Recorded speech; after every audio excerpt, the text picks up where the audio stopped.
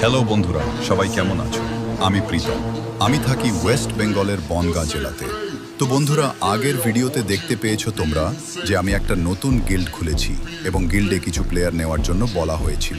তো বন্ধুরা, হয়ে গেছে প্লেয়ার গিল্ডে। তো আজকে গিল্ডেরই একটা প্লেয়ার আমার সাথে কাস্টম করবে বলছিল। তো বন্ধুরা, তোমরা দেখো কাস্টমের গেম প্লেটা, আর আমি গেম প্লেতে একটা মিউজিক লাগিয়ে নিই তাহলে। ना सुना उसने तवज्जो से फसाना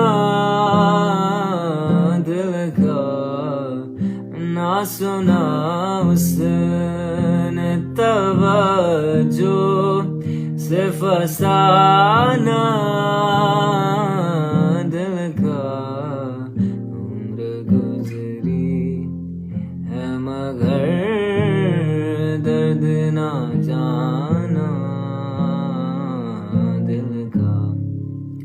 उनके अंदाज़ करम उन पे वो